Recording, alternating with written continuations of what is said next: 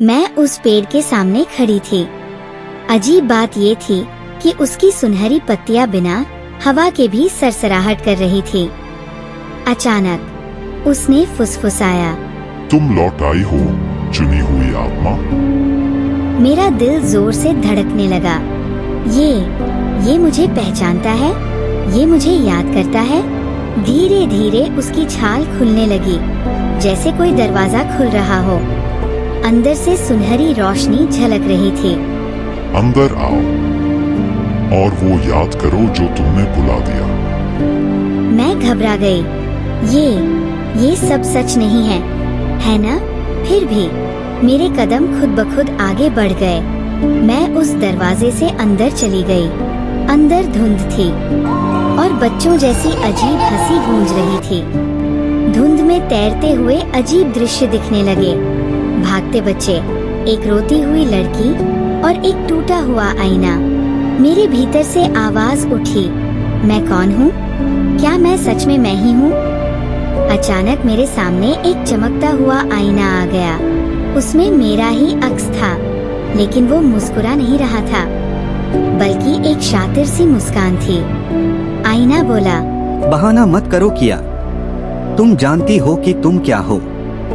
मैं चीख पड़ी, नहीं, मैं तुम्हारी तरह नहीं हूँ। उसी वक्त बाहर बाकी सब शाइन के पीछे पीछे जंगल में और गहराई तक जा रहे थे। शाइन हंसते हुए बोली, क्या इसी तरफ आई थी? शायद कोई मजेदार जगह होगी। लेकिन यूरा ने धीमी आवाज में कहा, कुछ ठीक नहीं लग रहा। शेरू अचानक ठोकर खाकर गिर पड़ा। जमीन पर उसे एक अजीब ताबीज मिला, काले पत्ते के आकार का। उसने पूछा, ये किसका गिरा है? पर किसी ने दावा नहीं किया। जंगल में और भीतर अचानक एक पतली तार पेड़ों के बीच तनी हुई दिखी। लगभग निया उसमें फंस ही जाती। तभी एक टहनी टूटी और स्नैप की आवाज आई। निया डरकर बोली, दोस्तों, सुना तुमने? शाइन ने डरने का नाटक करते हुए कहा, चलो वापस चलते हैं, बहुत अंदर आ गए हैं।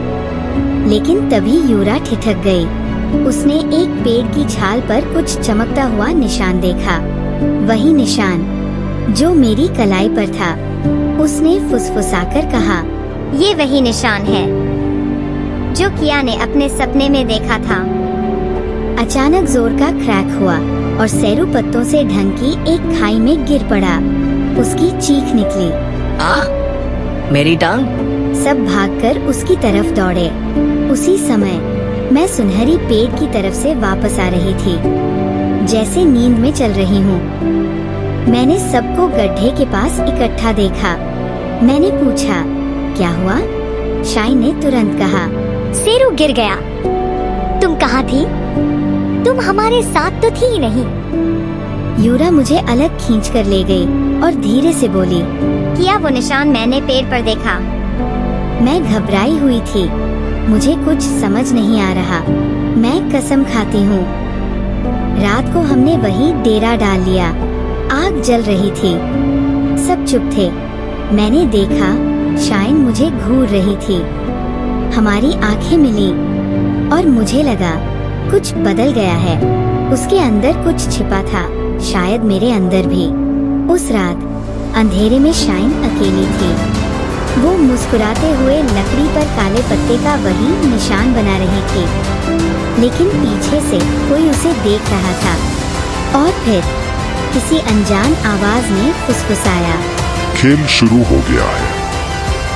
एक घायल, अगला भुला दिया जाएगा।